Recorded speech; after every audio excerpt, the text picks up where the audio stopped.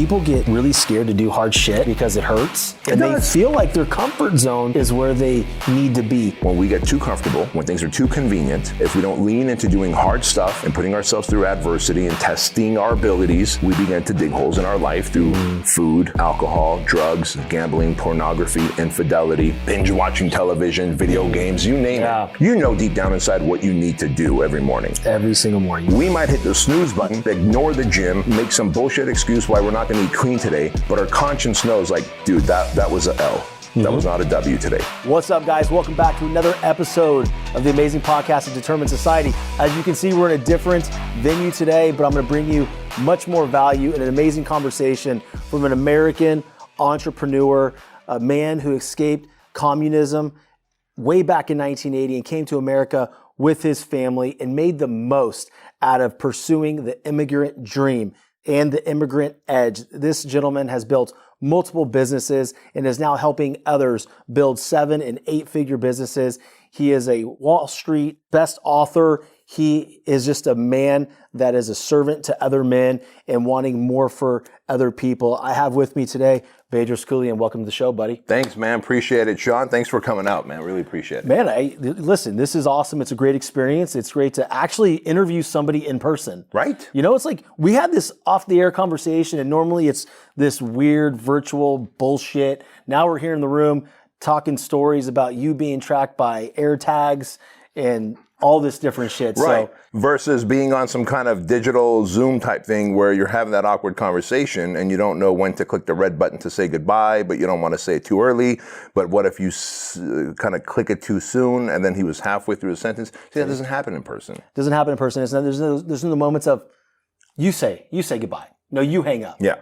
Right. There's no weird dance at the end of it. You get what I'm saying. So yeah, no, absolutely, man. Being in person is a much different energy, and I know the audience is going to get a ton out of today. Yep. And I've always been fascinated how open you are about the immigrant edge.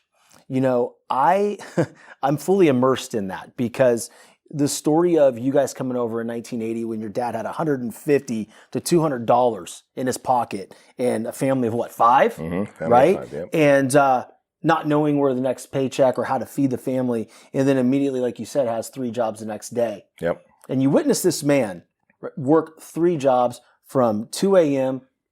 all the way to 8 p.m.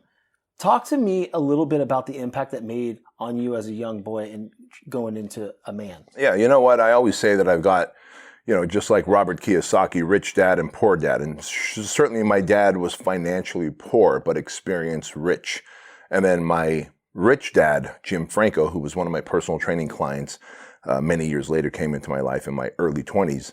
He was truly my rich dad. He taught me multiple income streams. He taught me entrepreneurship, leadership. He taught me that when you solve a problem, the more sophisticated the problem that you solve, the more money you can make.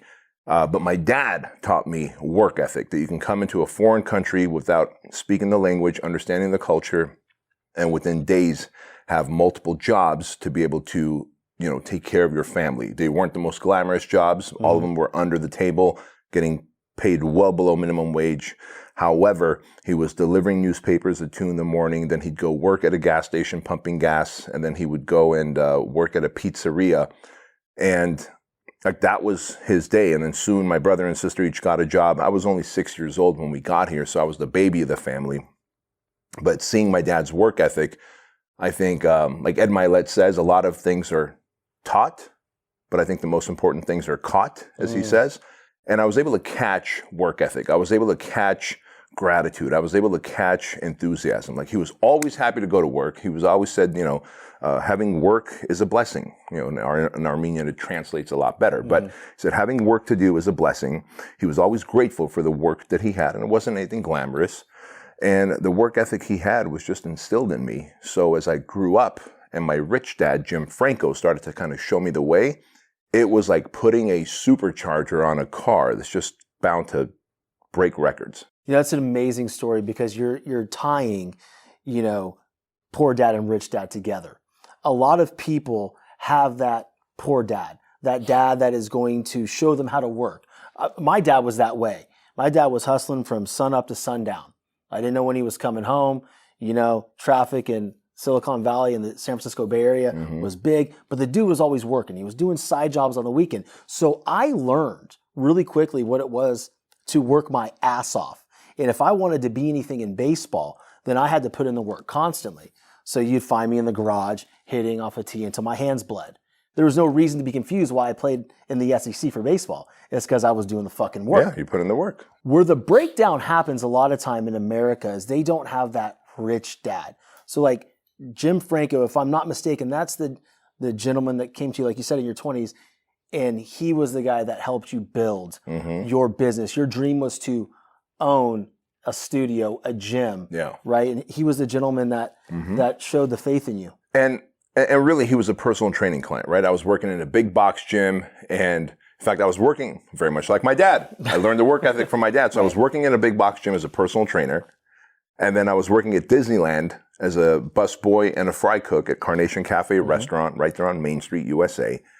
And then at some point, I ended up getting a third job working as a bouncer at a gay bar. Which is my favorite story, by the way. Which is how Ed and I met. That's the joke. Is it a joke? Yes, okay. it's a joke. Got it. Yeah. He did talk to me in the bathroom, though. He tried to shake my hand. I was like, urinal okay, conversations are the best. Exactly. Yeah. You are confident with yourself. It was an elbow bump. It's like, what's up, man? Nice to meet you. What's up? But truly, I was working as a bouncer at a gay bar as well. And one day when I showed up very tired to the personal training session that Jim Franco had purchased from me, again, I was just working as a trainer in a big LA Fitness.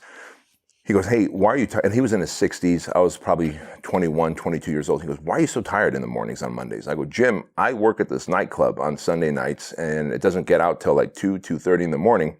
And then your training session is like 5:30, 6 o'clock in the morning. I didn't get a lot of sleep, man. Yeah. And he goes, well, you're such a great trainer. I go, I know I am. I don't understand why I have to have 2 other side jobs to make ends meet. All I want to do is do full-time training. And that was the greatest insult that he gave me, which I later realized that was his way of coaching me, was the reason you're broke is because you don't know how to sell. You're an order taker. And I was like, oof, what do you mean? He goes, you're a great trainer, but you don't have clients because you don't know how to sell. You're just an order taker. And I go, what do you mean, man? I sold you 6 months of personal training 3 times a week, and I was like really letting him have it, right? And he goes, no, you didn't.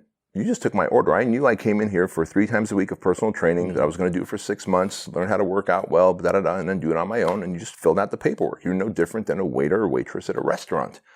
And that was insulting, but that was very well received because no one had cared enough for me to let something land that well. It landed with me. And so I challenged him. I said, well, how do I become a better closer? The next day he shows up with 3 different books from 3 different sales trainers, Tom Hopkins, Brian Tracy, Zig Ziglar. But before that, while it's easy to say, well, hey, Bedros, you had a rich dad to mentor you and to give you advice, and then you had your poor dad to learn the work ethic from. Yes, then there was no social media. That was probably late 90s going into early 2000s. No social media. Today, everyone has multiple rich dads, in fact. Sure.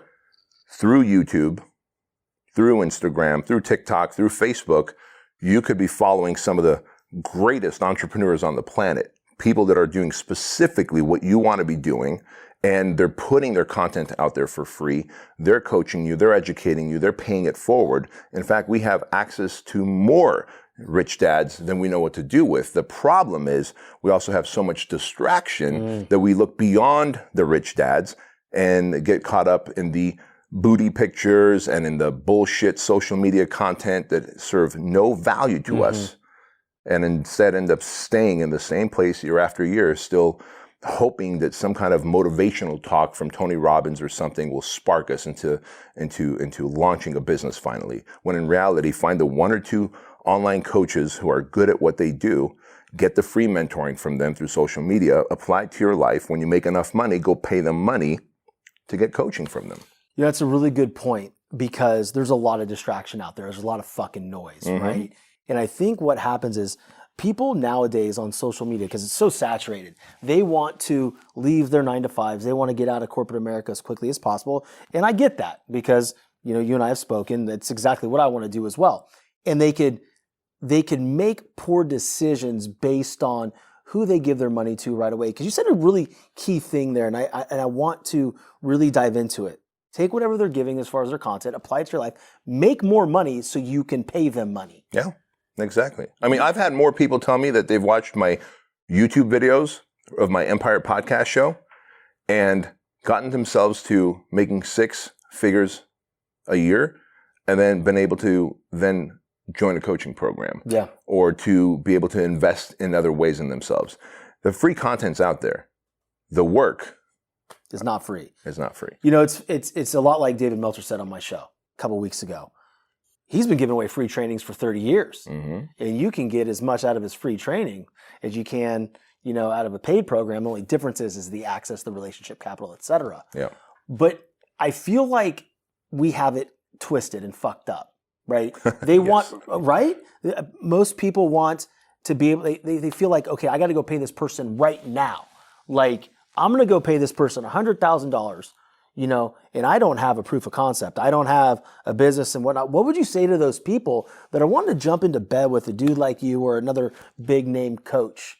First thing I would tell them is figure out what you want. The coach's job is to help you get to an outcome. Mm-hmm. It's not their job to figure out what your thing should be. That's why the first thing I asked you before the camera started to roll was, hey, so what do you want to do when you leave your 9 to 5? And you're like, oh, I want to do this thing. I'm like, oh, cool. So you want to be a coach. You've got the thing. You can put your finger on it.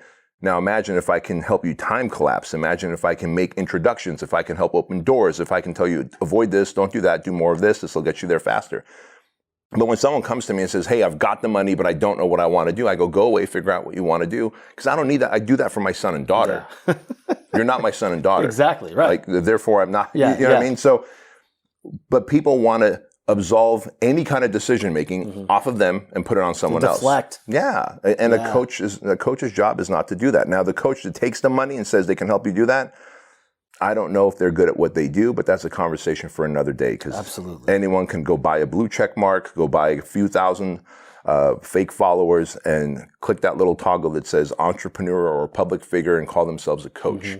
Where's the track record? Where's the slew of coaching clients who have given testimonials? That's how you know that guy is worth their money. The real shit. It's funny. You make me laugh on the blue check mark. I mean, god dang, there's people out there trying to sell that shit. Mm-hmm. I didn't even know you could buy it. I had to write a fucking book and become a bestseller to get mine. I didn't realize I could buy it. I wouldn't have written the goddamn book. It would have saved you a lot of fucking time. But you wouldn't impact a bunch of people. Right. I say that facetiously in case people can't get. Yeah, I don't want you guys to think he's looking for shortcuts. As you know, this man does not take shortcuts. You do a lot of amazing things just for individuals. And, you know, people see, you know, the Instagram stuff, like all the cool people that you're involved with. But like, dude, you provide so much value for men. The biggest thing, and I remember this, Larry Hagner, who I know well, him and his son went to your Squire program. Then you have the MDK yeah, he's a great dude.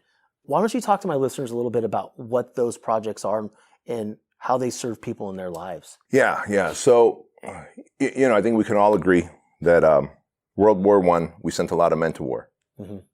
World War II, we sent a lot of men to war.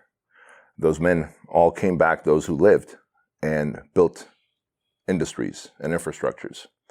Jordan Peterson says it well, and we got to give credit where credit is due. Absolutely. He said, who is going to climb the power lines during the storms? Who is going to go into the sewers and have rats crawling on them while making sure that we have flowing sewers? Who is going to dig under ground and make sure all the plumbing and piping works to be able to run the infrastructure that we call cities? It is men. And so men have gone to war. Those that have lived have come back and served their communities in another way. And today we found ourselves, and after post-2001, went back to war again, right? So we see men constantly going to battle and then coming back and building, going to battle and then coming back and building. But something happened just around 2010, 2011, where all of a sudden men were just like, became disposable. Men became an afterthought. Men became on sitcoms the dopey guy who couldn't even tie his shoes, let alone find his way out the front door. Like Chandler from Friends. Right. Exactly. And so soon, and I don't know if it was a byproduct of the greater rise of feminism. Mm-hmm. I do believe that the opposition, and there is an opposition at work to divide us, to separate us, because if there was another war that was going to take place, a war against your freedom this time, locally, not overseas. Sure. Who is going to stand up against the opposition? Probably the men. Mm-hmm. So if we can declaw and defang the men, make the men feel like their need for aggression, their need to build, their need for courage and strength, all of that is toxic, and shame them for that, and hit them on the wee-wee for that each time they want to show masculinity and name it toxic, then soon you begin to declaw and defang men, those that are going to stand in the gap when the opposition begins the takeover. And so I think it was well planned out, whether it's through feminism or whatever. And so how do you do that? Maybe through pandemics, maybe through division, maybe through divisiveness, maybe through politics, through all of it. And so my calling, I found over the last 6-7 years, where I thought I was supposed to be this great big entrepreneur and help the world through all my products and services and our franchise and our supplement companies, software, whatever. Turns out I was wrong. All of that, the hundreds of millions of dollars that I make, are to continue to fight against the opposition and to become a voice for men, to give men permission to become masculine, to stay masculine, to explore their masculinity, to realize that they are of massive value, that they are not to be shamed and they are not to be seen as broken, that they are not to be embarrassed of their strength and courage and their desire to test the strength of another man. Recently, I saw a post on Instagram, a gentleman I follow, I forget his name now. I love giving people credit for what they wrote, but it was him on the jiu-jitsu mats, and he had the guy by the collar, and he said, "You meet a man, not in person, you meet the true man on the mats." And if you've ever rolled with someone in jiu-jitsu, you know that as soon as you put your hands on someone, whether you grab their lapel or you get their pants, their sleeve, and you begin to feel their strength and they feel yours, you get to see what that man is about. Whatever happened to that man? Like, do you have a son? I have a 9-year-old boy. Okay. Yeah. I'm sure you wrestle with them in your roughhouse. Fuck yeah, man. Right? Like, he loves that. He needs that. Like, my son needed that from me, and he was testing me, and I was testing him. And you look at John Eldridge's book, Wild at Heart, he talks about that it is our job as fathers to instill masculinity for them to become courageous and confident, to become savages and servants. But all that's died, and all that has died because also divorce is at a much higher rate than ever before. I believe that, it's 50% divorce rate, which means there are a lot of young men who don't have the fathers in their life as they should. And those fathers don't even know how to role model masculinity, don't know how to be a modern day knight. The reason knights had squires was to be able to take those squires, those young men, and raise them into gentlemen, courageous, chivalrous young men who can also stand in the gap against good and evil.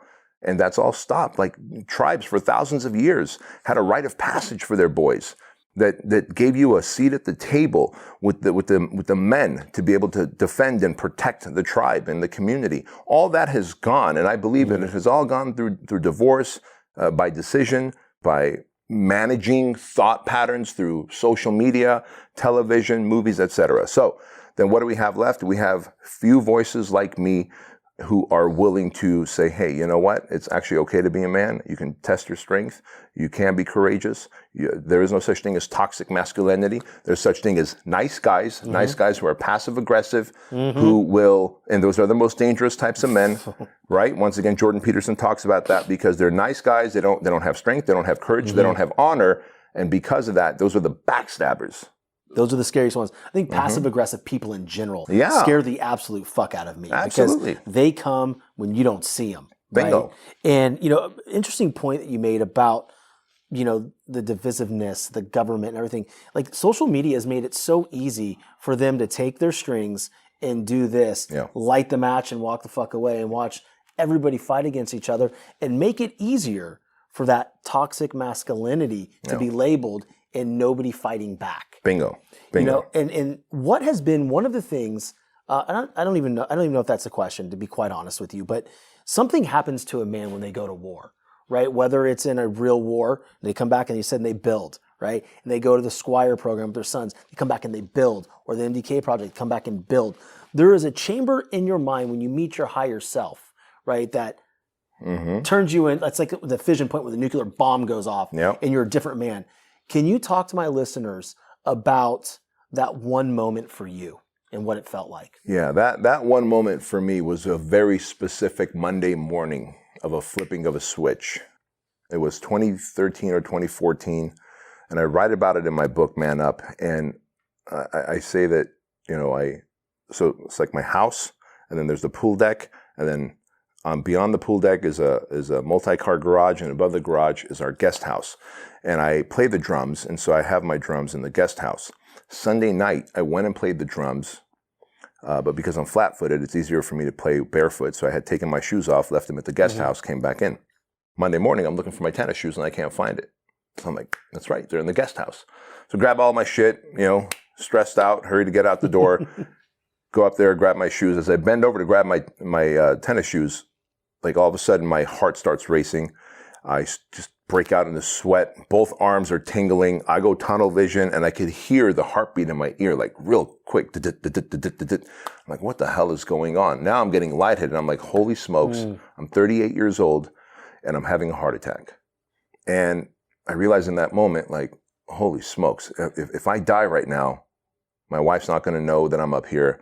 My kids are already on their way to school. Like, they're going to find me in the morning, or in the evening, bloated and just stiff as a board. And what even ran through my mind, Shawn, was the fact that I broke a promise to my wife, till death do us part, because I thought death would be way in the 80s and 90s. And then, of course, that I felt like, who's going to walk Chloe down the aisle? Who's going to teach Andrew to be a modern day knight? Like, those are all the things that I wanted. And here I am at 38 dying.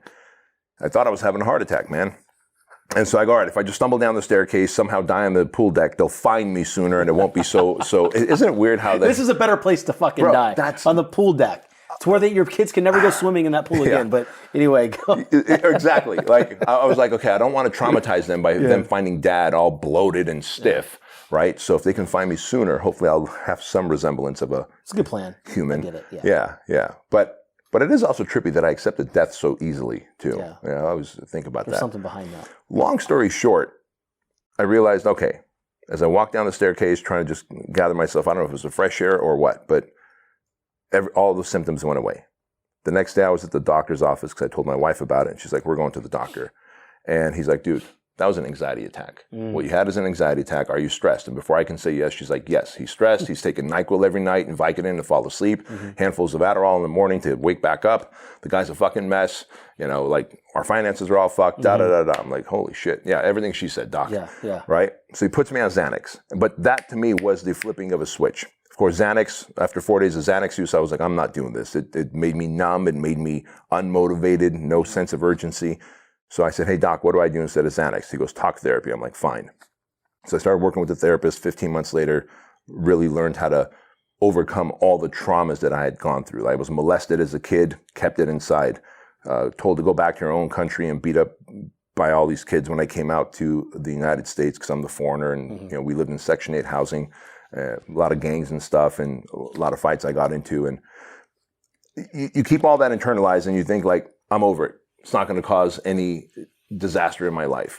But you're walking around with all this baggage and you're reacting to people in a way that, because you can't trust them, you don't feel safe, you don't feel lovable, you feel broken, you have shame, you have rage, you have confusion. And I was trying to be married, be a dad, start businesses, have employees and business partner. That wasn't going to work. So it all came crumbling down. That day of the anxiety attack was the flipping of a switch. I knew that, okay, now I'm allowed to live. Things will change. I didn't know how, but that was the flipping of the switch. And at the project, at the Squire program, we help men and sons realize that you can flip the switch and become your higher self. And it is going to take work to become your higher self.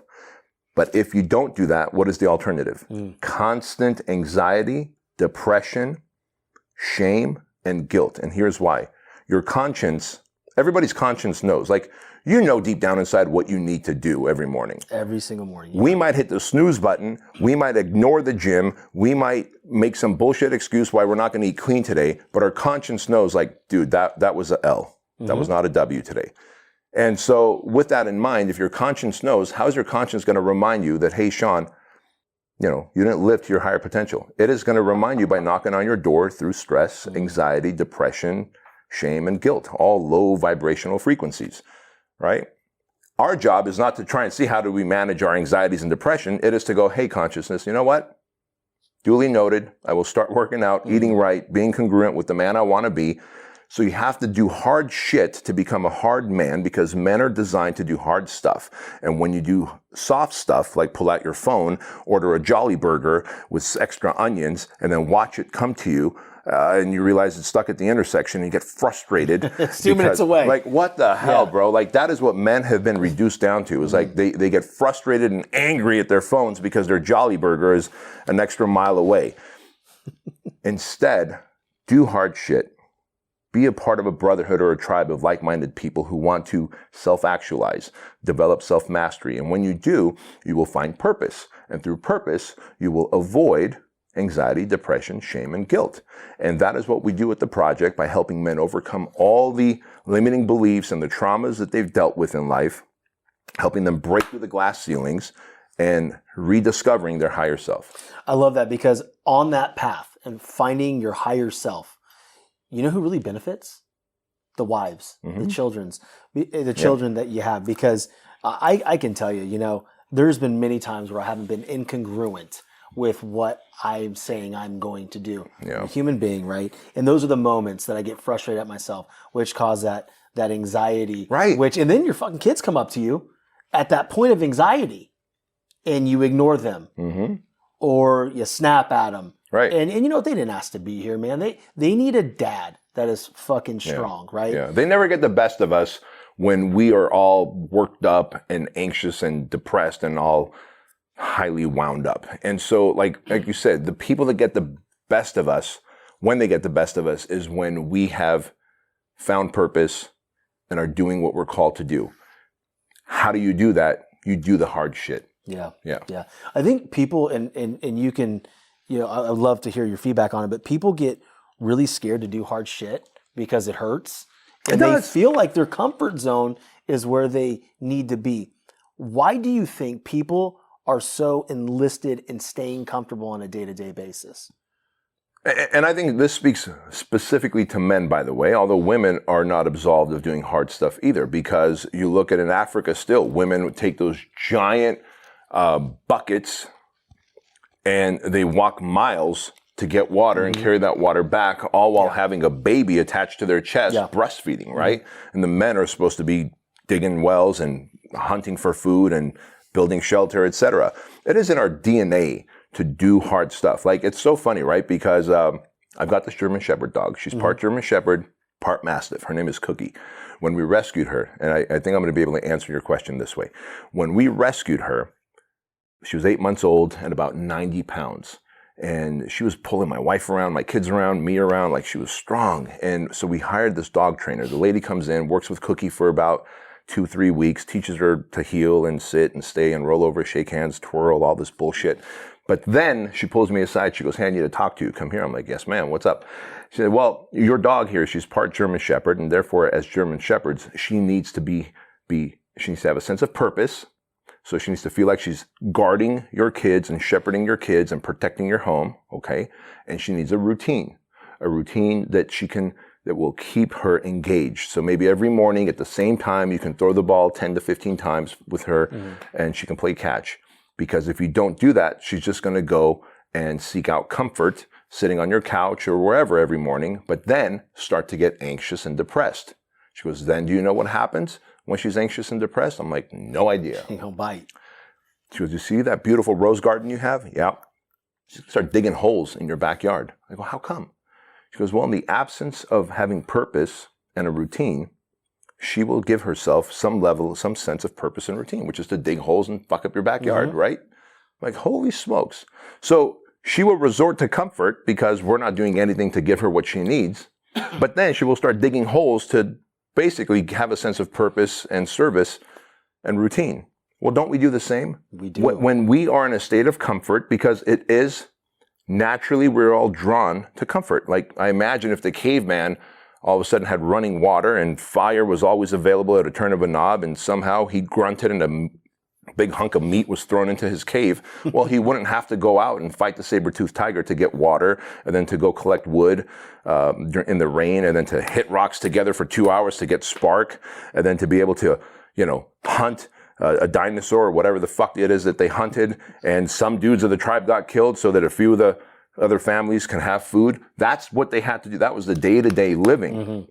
But if he had all of that available to him, he'd just sit there in his cave, be happy for a period of time, short period of time, and then soon start wondering, how can I sabotage my life? What could I do to ruin things, just like a dog? So humans today, when we get too comfortable, when things are too convenient, if we don't lean into doing hard stuff and putting ourselves through adversity and testing our abilities, we begin to dig holes in our life through food, alcohol, drugs, gambling, pornography, infidelity, binge watching television, video games, you name it. We're no different than that dog. Sure. Yes, it is very comfortable to be in an air-conditioned room with lights and everything. But I know that if I stay in this room and do nothing hard, like right now on this foot, I've got a toenail that is so dark purple and black, it's about to fall off. And then 4 of the toes on this side have all this like crusty skin on it. And it's all from 2 weeks ago when we did Suckfest, and we stayed up 24 hours. And in the final 12 hours from sundown to sunup, we hiked 31 miles. That was not fun. It was cold. It hurt. But in the absence of that, what am I going to do? Be a fat fuck that's going to self-sabotage, right? And so you have to be able to push aside comfort and convenience, do hard stuff, test yourself daily in the gym, work out, run, do something awesome. At least on the weekends, do something even longer, more awesomer. Once a month, do something silly. And then once a year, go out of hand, go bananas and do Suckfest, or I call it Suckfest, but we do it every December. But now like, man, I earned my comfort. I earned my convenience. And so it ain't like I ain't ordering burritos and burgers off a phone. Right. But I'm earning it. Yeah. It's a reward Yeah. for busting my balls and getting calluses, and not because I got Cheeto dust in my belly button playing video games and I'm upset that my Jolly Burger hasn't shown up yet. Jolly Burger. Is that a real thing? It's not. Someone should create that. Ed's on it. Ed's on it. He's got it. Yeah. You're not training for marathons in your chucks anymore, are you? No, bro. Okay, good. No. But I hated that marathon so much that once a year I do a marathon now, right? By doing that hike. I actually have a bone to pick with you.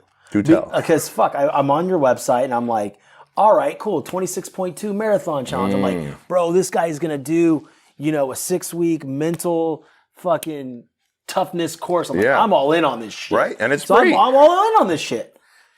It wasn't even the free part that got me. It's like, okay, like, what is this? So I dial in on it. Yeah. I put my information in. And then there's a video of you telling me I have to fucking run a marathon now. That sucks, doesn't it? And you know what? Today was day 1. And so I ran for 30 minutes. Wait, no shit? I fucking did it. I ran for 30 minutes, bro. For real? Absolutely. Good for you. I did. Are you following that training program that we have in there? I did 30 minutes. The intermediate. I did a 30-minute jog. Yeah. My headphones were dead from the flight. I'm cussing you the whole time because I'm bored as shit. Why am I doing this? I'm like, what the fuck am I doing? Like, he won't know. But then I'm like, you know what? One foot in front of the other. I get to do this. I get to go through this shit right now. And eventually, I will run that marathon. And it's funny because I've always said this my whole life. One of the biggest things I wanted to do was run the marathon. Wait, I had never ran a marathon. And then I stumble into that shit. And so here we are. Yeah. I'm starting it. Bro, you made such a strong point, and in case your audience missed it, I want to bring it back. You said, why am I doing this? He won't know, right? But you then finished doing it because your conscience would know. And you would feel incongruent with the version of the man you want to be, the husband, the father, the entrepreneur, the leader. And that's why you did it. And I remember while training for that doggone marathon in 2010, bro, I hated running. Like, I used so much Cestanon and testosterone and equipoise and all that. I used so much shit from Mexico. We would go into Tijuana, Mexico, go into those pharmacies, the animal pharmacies, and say, yeah, my pig is sick and I need to make him big and muscular. They would give us boxes of Cestanon, which is like 4 testosterone blends mixed together. And I would inject and just lift. I was like 20 pounds bigger than I am now. But I share this with you because I told myself, I'm designed to lift weights and not run. And I started to believe that. Yeah, a lot of people believe that shit. I can't run. Right. I don't want to run. I have this narrative in my mind that either I placed on myself or somebody else gave me the opportunity to say it's okay. Right. Right. So, and that's the thing with the audience. And you asked me before the show, what kind of value can you give my audience? It's shit like that. It's the ability to move and do when nobody is fucking watching. Bingo. A lot of people ask me, there's very few people that know where I'm at right now. And it's like, oh, bro, that's fucking luck, man. You're lucky. Nah, man. Like, No. I believe everything in life, you put in the work, and the people that are meant to be on that journey, you find a way to infuse yourself into the orbit of that individual. But let me be very clear with everybody. This show started out, nobody knew what the fuck it was, right? It was just, me talking on the air. Now sitting here with you in person. This shit is not comfortable. It was not comfortable for me to walk into this building today. Sure. Right? But I knew it was the thing. It was that inflection point of, okay, this is a barrier. This is, as you would say, your critic, right? And your advocate fucking fighting right now. Right? So for those of my listeners that don't know about the advocate and the critic, chat with them about that really quickly. Sure. So all of us have these two voices in our heads. And I want to draw a picture. So let's use a metaphor. You're driving a car. It's just you. And then someone's riding shotgun. That someone that's riding the shotgun, for most people, like 95% of people, that voice that's riding shotgun is their inner critic. The voice that says you can't, you're not good enough, you were never smart enough, you weren't tall enough, you don't have the genetics, what makes you think you can, you didn't go to college, you weren't whatever, you don't have the opportunities. The judgmental voice. At the project, we call that voice the inner bitch, right? And we say, look, at some point you're going to flip the switch during the 75 hours of the project, and when you do, you're going to have taken that inner bitch out of the passenger seat and brought out your inner beast and put him in there. Your inner beast is your advocate, your inner advocate that says, bro, you could do it. You've got everything that it takes. You got bloody hands because you swung that bat so many times. Now you're just in a different industry, but swing that bat. You got this. I support you. I believe in you, and I'm here to catch you if you fall. We tend to take that inner advocate and we zip tie his arms, gag him, and then put him in the trunk. And all you hear is this muttering of what you think might be, I believe in you. You're awesome. You're great. But you can't even tell because he's gagged and zip tied and he's in the trunk. And then we sit the critic in the passenger seat riding shotgun with us, telling us how we're incapable, unable, we're losers, we're not lovable, we're broken, you can't, you'll get judged. What if you get rejected? Now, when I tell people that, they're like, so all I got to do is pull over and kick the critic out, huh? No, life's not like that. That would be fucking sweet, right? God didn't build us for that. Could you imagine how we would literally be godlike if we no longer had the critic to deal with? Right. We need the critic in the car with us at all times. It is the only way we will value the advocate. It is the only way we can develop enough strength. People go to the gym, they build their muscles. They forget that there are mental muscles, emotional muscles, muscles of resiliency that they need to build. Well, you will not be resilient if all you have is an advocate in the car. So we just need to move the advocate to the front seat and allow him to speak, and then duct tape and zip tie the critic and leave him in the trunk so that we always know that the kryptonite. Could you imagine if Superman was no longer allergic to kryptonite?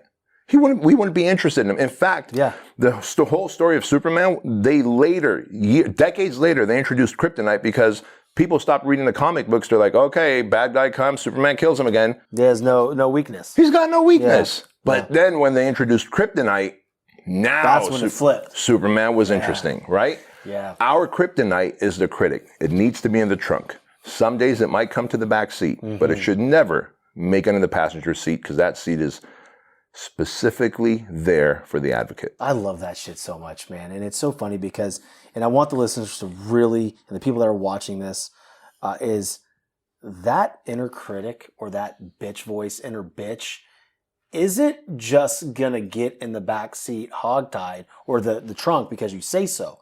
You have to put in the fucking work. The best way to silence that critic is do the damn shit. Like you say, lean into the hard things. First thing in the morning, hit the gym. Accidentally sign up for a fucking marathon challenge. Like do something completely crazy to a point where you're pushing yourself every single day to give yourself the evidence that you're deserving of having the advocate. Bingo. Riding shotgun. Bingo. Give yourself the evidence that you're deserving of having the advocate drive shotgun. Because, like I said, you can't just kick that thing out. And if people want to know, how do I hog tie the critic and get the advocate in the front seat? It is through the work. It is like, how do I build jacked arms? Well, go to the gym every day and lift and then eat the kind of proteins you need to eat and low fat and low carbs to show the leanness, and you will have jacked arms. Like there's a formula to everything. In hardship, adversity, suffering, Like controlled suffering, not suffering like someone's choking you out. But suffering by doing hard stuff allows you to go to that higher place and you start developing control over the inner conversation. And that's what we need. People feel like, I have no control over the voices within me. My inner voices are always negative. In fact, what do they say? 85% of the conversation that you have with yourself is negative. And we have somewhere between 40,000 and 70,000 conversations in our head. And if 85% of those are negative, what if you could do hard shit and begin to control the conversations? Most of the time, not all the time, Shawn, but most of the time I only have one conversation in my head, and that is, I love myself. That is, I love myself. That has become my mantra. That is the thing that I say before I go up on stage. I will stand in the corner, jump up and down. I love myself. I love myself. I love myself. And I say it so much, and I absolutely believe that. But I've done the work to reinforce that. If I was a fat fuck who hadn't achieved anything and hadn't done any self-work to achieve mastery, then when I said I love myself, the critic would be like, no, you don't. You're a phony. You're lying to yourself. Yeah, you're a phony. You're an imposter at that point. Yeah, it's funny because I think when I was 38, I dealt with something similar to you. I was 264 pounds. I don't even know how my wife fell in love with me, to be quite honest with you, because she's an absolute 12. And I was this 264-pound fucking fat ass. And I had that moment. That moment where I sat there and said, I'm not shit. Because I'm not even trying to silence the voices in my head. You know, so I started putting in the work. She bet me I couldn't work out for 30 days straight. So I did it. And I said, ha, good fucking did it. And she goes, shit, that was for you. Do it again. I was like, fuck, this is going to be my wife. This is somebody who supports me, who drives me every single day. So I think that, you know, to your point, when you're sitting there, you're jumping out up and down, you know, before you get on stage, or I'm sitting there in the Uber, you know, while the Chinese driver, and he's talking to me, and I don't know what the fuck he's saying. The phone, the Uber app is coming at me in Cantonese. I don't know what's going on, which is fine. But he's asking me, where are you going? I'm like, I don't know. It's right there on the thing. If I knew, I'd be driving it. Follow the fucking blue outline. Right? But the point is, and I'm sitting there, I got this. I love myself. But it's because I have put in the work in this specific field to be in the room. And you just have to do enough work with yourself to get in the room and show that you do love yourself. Because there's too many people out there right now saying you should love yourself anyway. Right. You know, the body positivity or like, hey, you're great the way you are. The moment someone tells me, Shawn, you're great the way you are, fuck you, get out of my life. Right. I don't have unconditional love for myself. No. The love I have for myself is very conditional. Based on the work that I do, the promises that I keep, the man that I show up to to my wife and to my kids, to my team, those are the conditions that I'm allowed to love myself. And people are like, whoa, you're being hard on yourself. Good. More people should be hard on themselves. Set unreasonable expectations. Meet those expectations and go beyond them. We've set such low expectations that we swim in that sea of mediocrity, and then we go, well, you know, I've got unconditional love for myself, and I'm not going to be hard on Really be a little hard on yourself and see what happens. Life actually gets better. I wonder when that started, right? Because it's like, to me, like I you know, and again, to be fair, you know, my wife does say, hey, you're too hard on yourself. I hear you. I just don't subscribe to it. Right? It's what drives me. And it could be my Achilles heel at times. Sure. But you know what? I'm willing to take that fucking gamble. Yeah. You know, so I keep going with that hard hammer on myself. Yeah. You know, what would you say to the listeners that are just, you know, shying away from that hard hammer on life on their own selves? Well, you know, what I would tell them is something that I've heard Ed Milet say. So let's give credit to Ed, where he says, if you believe in God, then imagine that God has already created an image of you, the perfect version of you that's already up there in heaven. And so imagine when you die and then you go up to heaven and you're standing at the pearly gates and God says, hey, I want you to meet Bedros. And I'm like, I don't recognize that guy. That is not, I don't feel like I'm looking in the mirror. You know, I am not that guy. That would be the greatest pain of, like, I feel this weirdness right now in my gut, like, oh my God, I don't want that regret on my deathbed. Yeah. And so I would tell your listeners, like, imagine that. Could you imagine meeting the perfect version of yourself up there and then realizing you are so not like that person? What a great sense of lifelong regret. I think that's what hell is. I think that would be my personal hell. And my audience has heard me say that before. I wasn't aware that was Ed Milet, but all due respect to Uncle Ed, because that is a powerful point. My biggest fear in life is getting to heaven and not knowing who I am. Yeah. that scares me. Yeah. Right. And you know, that part's scary. That's my personal hell. But I think hell on earth would be my children and my wife never meeting the man I'm supposed to be. Right. Right. Don't I owe it to them? Don't you owe it to your family? I think if life was a series of bullseyes, a bullseye and then all the rings, right? Like a target, like the center of that bullseye. I always tell the guys at the project, I go, look, you didn't pick your parents. You didn't pick your kids. You didn't pick your siblings. Because you didn't even pick your kids. Like you had your kids. And hopefully they're awesome. The only person you picked was your spouse, right? So wouldn't you want to give the best version of yourself to the only person you picked, and then the next ring, the very first ring, your kids, and then you got your outer friends, and then you got your business, etc. But man, how funny that most of us will give the best of us of what we have to those outer rings, and only give the crumbs, the frustrated, upset, passive aggressive version to our wife and kids. It's so timely you speak about that, because in 2022, I found myself giving my wife the crumbs. She's like, you give so much to everybody else, your clients, your guests on your show. You give your show so much love and want to give your show the best of you. But what about your wife? What about your kids? And so it was, to me, there was a bunch of learning lessons in 2022 on that. Sure. And in 2023, we've already been on January 1, took her to the fucking melting pot, had an amazing date. I dated my wife, and it felt amazing. Yeah. And we have another date scheduled with Sitter. So my point is, and when you say the outer rings, like that one person, that's the person that should get the best of you. Agreed. Because you chose that person. So we're going to land the plane here, brother. But, for my audience that wants to learn more about you and be involved in some of the things that you have going on, and including being trick fucked into a marathon, where can they find you? Well, the best place to find me is on Instagram at Bedros Keuilian, or just bedroskeuilian.com. Yeah, awesome. And obviously I'll have that in the show notes for them to pick up. But I really appreciate you, brother. And, thank you. I look forward to many more interactions and a new friendship with you. And once again, man, thanks for doing the show. Likewise, appreciate it. Absolutely.